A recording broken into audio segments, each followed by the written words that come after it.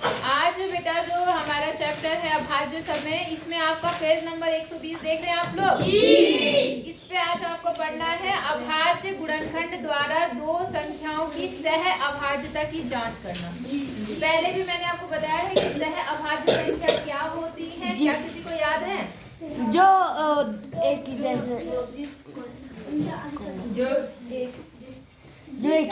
हैं। हाँ, क्या सही बोलो। जिसका ऐसी संख्याएं जिनका क्या होता है, केवल एक ही गुणनखंड होता है, वो केवल एक होता है, एक ही उसमें क्या होते हैं, कॉमन होते हैं। नहीं आई बात समझ में? मतलब ऐसी संख्याएं जिनमें आप ऐसे बोल सकते हैं, ऐसी संख्या जिसमें कोई भी संख्या क्या ना हो, कॉमन ना हो। आई बात समझ में? या जिसका केवल एक ही गुणनखंड होता है, एक। आई बात समझ में? दोनों में। नहीं आई बात समझ में? कैसे मैं आपको बताती हूँ। जैसे यहाँ पर अब हम क्योंकि अभाज्य गुणनखंड की बात करें तो इसमें देखो कैसे होगा।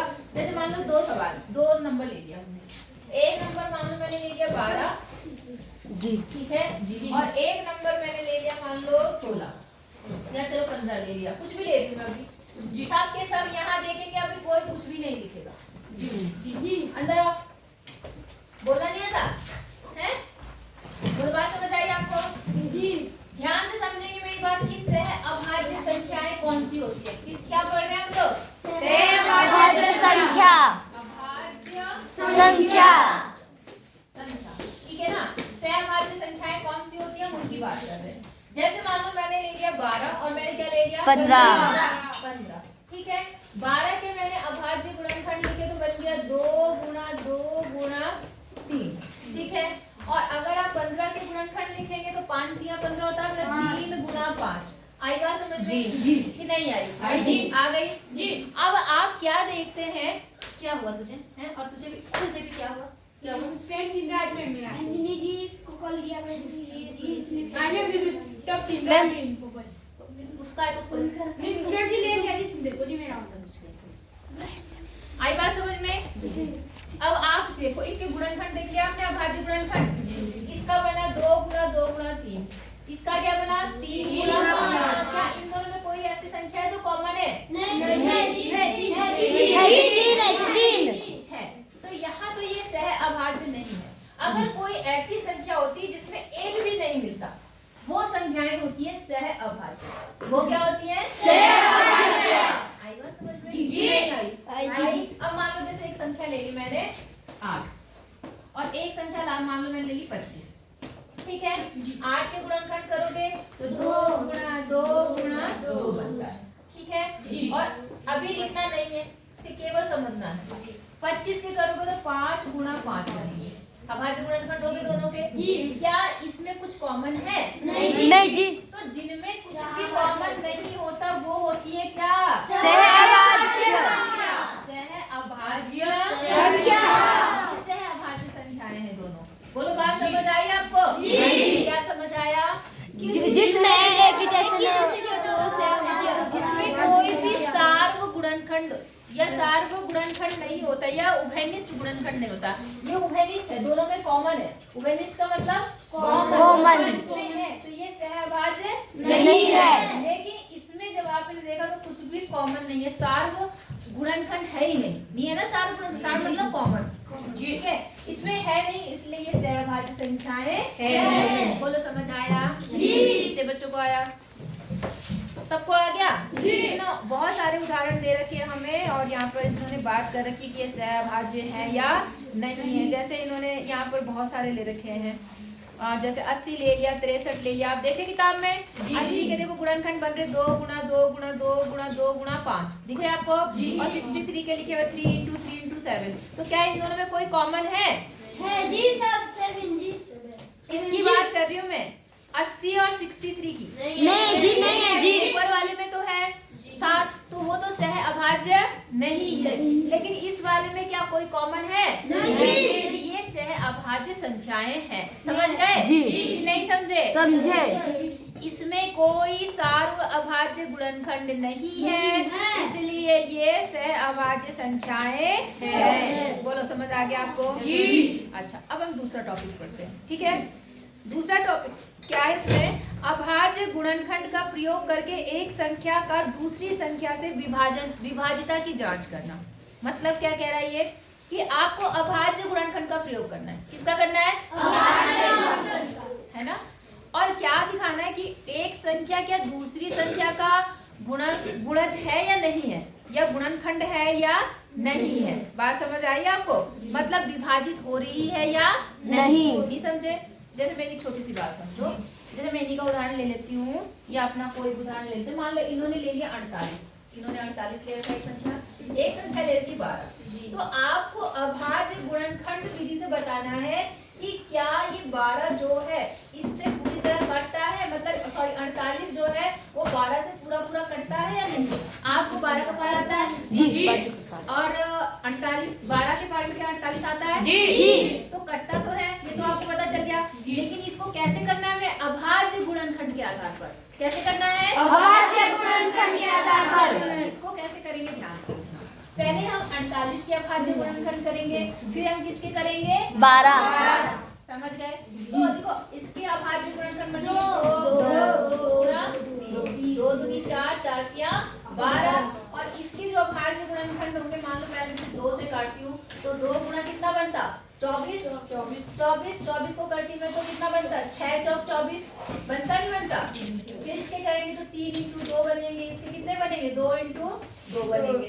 तो कुल मिला के ये बन जाएगा आपका 2 इंटू 2 इंटू 2 इंटू 2 इंटू 3। समझ गए नहीं समझे? अब आपको कैसे पता चलेगा कि ये संख्या इसको काटेगी कि नहीं काटेगी, विभाजित करेगी कि नहीं करेगी? समझ में आ रहा है क्या पढ़ा रही जी? आप क्या देखोगे? इन नंबर्स को लिखेंगे। क्या है यहाँ पर? 2। यहाँ पर भी एक 2 है जी। यहाँ एक 2 है, यहाँ कितना 2 है? 2। ये भी 2 है। यहाँ कितना है? 3। यहाँ 3। तो क्या इसके पूरे जो गुणनखंड है वो इसमें है या नहीं है जी? ये पूरी इसमें है समाई हुई, तो ये इसका गुणनखंड है। मतलब ये इसको पूरी तरह विभाजित करेगी, मतलब काटेगी। नहीं समझे?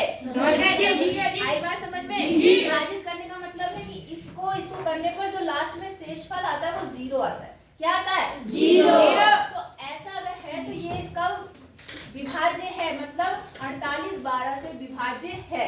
नहीं समझे? आगे बात समझ में? ये किसकी सहायता से हमने चेक किया? अभाज्य गुणनखंड से। किससे चेक किया? अभाज्य गुणनखंड से। समझ आया नहीं आया? अब जैसे इन्होंने भी ले रखा, एक उदाहरण ले रखा 168 ले रखा और 12 ले रखा। 168 और कितना ले रखा? 12। 168 के फैक्टर क्या बना रखे इन्होंने? 2। बताओ 2 गुणा कितनी बार है? 2 कितनी बार है? 3। और क्या है फिर? 3 कितनी बार? 1 बार। और 7 कितनी बार? 1 और 11। और कोई है? नहीं। अब देखो हमें ये देखना है कि क्या 12 इसको पूरी तरह से काटेगा, तो हम क्या करेंगे बताओ? देखेंगे। क्या देखेंगे? संख्या कि इसके अभाज्य गुणनखंड इसमें पूरे हैं या नहीं है जी। अगर पूरे होंगे तभी कटेगा, अगर एक भी बचता है तो नहीं काटेगा। अब बताओ, देखो यहाँ कितना है? 2। क्यों नहीं है? यहाँ 2 आ गया।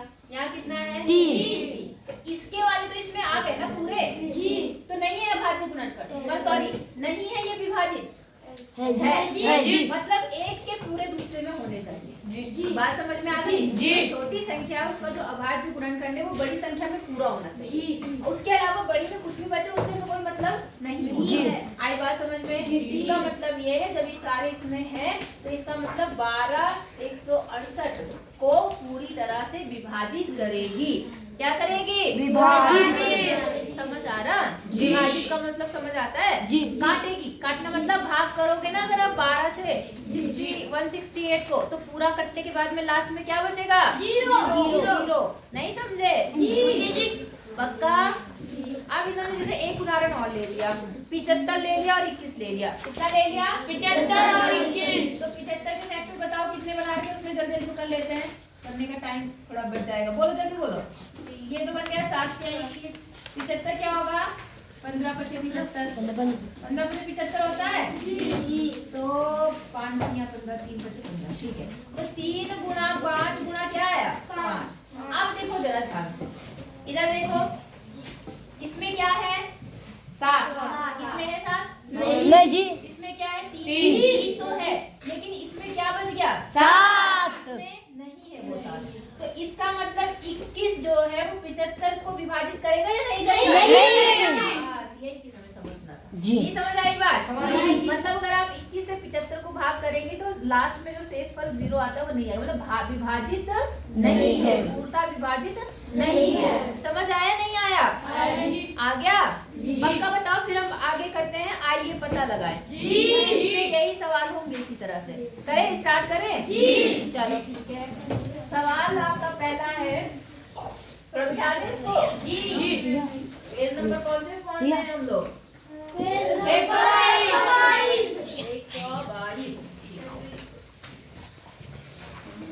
चलो 122 पेज नंबर पर है। आइए पता लगाइए। क्या है? आइए पता लगाइए। लगाइए नहीं लिखा भैया, आइए पता लगाएं। आइए पता लगाएं। पता लगाएं। आई बात समझ में? जी। अब चलो इसका हम पहला सवाल पूछते हैं। कोई दिक्कत? पहला सवाल क्या बोलता है, ध्यान से सुनना। जी। क्या निम्नलिखित संख्या युग्म सहअभाज्य है? पहले क्या चेक करना है? सहअभाज्य। पहले अनुमान लगाइए, फिर अभाज्य गुणनखंड कीजिए। गुणनखंड ज्ञात करके अपने उत्तर की क्या करनी है? जांच। तो अनुमान आप कैसे लगाओगे? आपको करके देखना पड़ेगा, तभी आप अनुमान लगा पाओगे। केवल तुक्का मारना है। बताओ, जैसे पहला सवाल है 30 और 45 कितना है? 30 और 45। आपको बताना है कि 30 और 45 सहअभाज्य है या नहीं। तो बताओ है कि नहीं है? एक अनुमान लगाओ पहले, है कि नहीं है? जी। सहअभाज्य है? जी। चलो कुछ लोग बोले कि सहअभाज्य है। चलो देखते हैं, अब चेक करते हैं कि क्या हमने जो बोला है अनुमान लगा दिया, सीधे से हाँ ना बोल दिया। अब देखते हैं कि क्या ये सच में सहअभाज्य है। ठीक है जी। तो सहअभाज्य करने के लिए इसके क्या करने पड़ेंगे? हाँ, कौन से गुणनखंड करने पड़ेंगे? अभाज्य, है ना? अभाज्य गुणनखंड करते हैं पहले 30। किसके? 30 किसके बारे में आता है? 5 के कितनी बार में? 6। 5 6 30, यही बोला ना? 5 6 30। 5 तो अभाज्य संख्या आ गई। क्या 6 भी अभाज्य संख्या है? नहीं। ये क्या बनेगी? बताओ, किसके बारे में आएगा? 6। किसके बारे में आता है? 2 के बारे में कितनी बार में? 3 है ना? यही तो करा ना हमने। तो क्या बन गया? 2 गुणा 3 गुणा 5। 2 गुणा 3 गुणा 5। बताया था नहीं बताया था? ऐसे गुणनखंड करना। अब 45 है, क्या है? 45। 45 में किसके बारे में आता है? 5 के बारे में कितनी बार में आता है? पूरा बताया। 9 45। ये बन गया 5 45 बन गया जी। 5 अभाज्य संख्या है, क्या 9 अभाज्य संख्या है? जी। है जी। तो क्या लिखेंगे 9 को? 3 गुणा 3। तो इसको मैं लिख रही हूँ 3 गुणा 3 गुणा 5। अब इसमें क्या है? उभयनिष्ठ क्या है? हाँ, सार्व गुणनखंड। 3 5 3 5 है जी मैम। क्या है? 3 5। आपने कहा कि 3 भी है और 5 भी है, हाँ या ना? जी। और 7 सहअभाज्य के लिए क्या हुआ था? एक ही कॉमन नहीं होना चाहिए, एक होना चाहिए, है ना? कोई भी उभयनिष्ठ गुणनखंड नहीं होना चाहिए, और यहाँ तो है। तो इसका मतलब ये क्या है? सहअभाज्य संख्या नहीं है। नहीं है। समझ गए ना? अतः आप लिखेंगे, अतः क्या लिखेंगे? 30 व 45 क्या नहीं है? सहअभाज्य हाँ, संख्याएं नहीं है। संख्याएं नहीं है। बोलो, बात समझ आई नहीं आई? आई। तो आप तो कहते हैं कहाँ है भाई हीरो? तुमको कहता है नहीं आई बात समझ में? सबको आ गई जी। अगर कॉमन कुछ नहीं होता, एक होता, तो हम क्या बोलते? ये क्या है? अभाज्य। अब जैसे एक सवाल और ले लेती हूँ, बताओ कौन सा बताऊं? सी बताऊं, डी बताऊं, कौन सा बताऊं? सी जी सी बता दो। डी जी डी चलो डी देख लो। डी में कितना लिखा होगा? 300 कितना 300 343 और 300 नहीं जी 216 और जी 216 ये है जी। अच्छा ठीक है, अब हम पहले से करेंगे अभाज्य गुणनखंड। क्या करेंगे? अभाज्य गुणनखंड करते हैं, ठीक है। तो पहले उसके लिए मुझे इसके अभाज्य गुणनखंड करने हैं। अभाज्य गुणनखंड करने का तरीका अब आपको ये तो याद होगा नहीं कि 343 किसमें आता है, नहीं पता ना। तो हम देखते हैं, काट के देखते हैं। तो देखो ये 3 से तो कटेगा नहीं, 4 से भी नहीं कटेगा, 5 से भी नहीं कटेगा, 6 से भी नहीं कटेगा, 7 से देखते हैं। 7 चौक 28, 28 29 30 31 32 33 34 7 चौक 28 29 30 31 32 33 34। 7 से कैसे काट? 7 चौक 28 7 से 35, 6 बचा ना, ये 7 से कट जाएगा। 7 में 63 नहीं बचेगा। 7 चौक कितना होता है? 7 चौक 28 28 चौक 29 30 31 32 33 34 कितना बचा? 6 और 6 मतलब 63, तो 7 नीम 63 है ना। तो जब इसे हम 7 से काटेंगे तो देखो क्या बनता है, पहले यहाँ से समझ लो, रफ करके देखो। 7 से काटा, 7 चौक 28, ये विभाज्य है कि नहीं हम देख लेते हैं। आपको ऐसे तो बताया मैंने विभाज्य का। 7 नियम 63 कट गया ना पूरा पूरा जी। इसका मतलब 7 इसको क्या करता है? विभाजित करता है। एक तो इसके बन गया 7, एक क्या बन गया 7, और दूसरा क्या बना 49, दूसरा क्या बना 49। किसके बारे में आता है? ये तो छोटी संख्या बता सकते हो आप, किसके बारे में आता है? जी के बारे में आता है। 7 सत्ते 50, ये हो गया 7 × 7। समझ गए नहीं समझे? अच्छा अब आते हैं हम 216 पे। किस पे आते हैं? 216। तो 216 को हम लोग देखते हैं, कल मैंने बताया था आपको कई बार। तो देखो कितना बनेगा ये, अगर मैं इसको भाग करूंगी 2 से तो 109 108 बनेगा। कितना बनेगा? 108 कितने हैं? 4 से हो जाएगा। मेरी बात सुनो, पहले आखिरी में 6 था तो मैंने 6 से भाग करा इसको, कैसे? 2 से। तो 2 से करने पर 108 आया। अब 108 किसके बारे में आता है? 12 किसके बारे में आता है? 12 निम्मा 108 हो गया जी। अब 2 तो ठीक है, 12 को क्या लिख सकते हैं? किसके बारे में आता है? 12 2 6 12। समझ रहे नहीं समझे? और 9 किसके बारे में? 3 पूरा बोला करो कि 3 क्या 3। अब ये भाज्य ये लेकिन ये भाज्य नहीं है। इसको हम क्या लिखेंगे? 2 कितनी बार? 3 और फिर 3 × 3। तो देखो कितनी बार आया आपका? 2 × 2 × 2 × 3 × 3 आया। ये बन के दोनों के अभाज्य गुणनखंड नहीं बने। अब मुझे ये बताओ कि इसमें कुछ कॉमन है? नहीं है ना। तो इसका मतलब क्या है? हाँ क्या नहीं है? हम लिखेंगे 343 व 216 का कोई उभयनिष्ठ गुणनखंड नहीं है। का कोई उभयनिष्ठ गुणनखंड, उभयनिष्ठ मतलब कॉमन, ठीक है, या सार्व, उभयनिष्ठ गुणनखंड नहीं है। अतः यह सह अभाज्य संख्याएं हैं या नहीं है? अतः यह सह अभाज्य संख्याएं हैं। समझ आया नहीं आया? कैसे लिखना है आपको? आ गया? कर लो फिर आगे बताओ। अब प्रश्न दूसरा देखेंगे बेटा जी। दूसरे में देखो क्या बोला कि क्या पहली संख्या, मतलब जो बड़ी वाली पहली संख्या दे रखी है वो दूसरी संख्या से विभाजित है, जैसे मैंने भी बताया था, ठीक है। अभाज्य गुणनखंड का प्रयोग कीजिए। आपको बताना है, जैसे पहला सवाल है कौन सा? 2 का a, बोलो कितना है वहाँ पर? 225 और दूसरी संख्या क्या है? 27। आपने पूछ रहा है कि क्या 225 27 से कटती है, पूरी तरह विभाजित है, तो कैसे करना है बताओ जरा, कैसे करते हैं? पहले क्या काम करेंगे? बोलो, भाग नहीं करना, अभाज्य गुणनखंड का प्रयोग। क्या गुणनखंड बोलते हैं। पहले अभाज्य गुणनखंड करेंगे। क्या करेंगे? अभाज्य गुणनखंड करेंगे। समझते नहीं क्या मेरी बात? बोलते ही नहीं, रिस्पॉन्स ही नहीं देते। पहले क्या करेंगे? अभाज्य गुणनखंड। जैसे कि मैंने समझाया उससे पहले वाले सवाल, अभाज्य गुणनखंड करेंगे तो कितना है यहाँ पर? 22, 25। ये किससे कटेगा? 5 से। किससे कटेगा? 5। मैंने 22, 25 को 5 से भाग कर दिया अलग। 5 चौक 20 और 5 बचे 25। कट गया पूरा पूरा। तो इसका मतलब 225 का मतलब हो गया 5 गुणा 45। कितना बन गया? 5।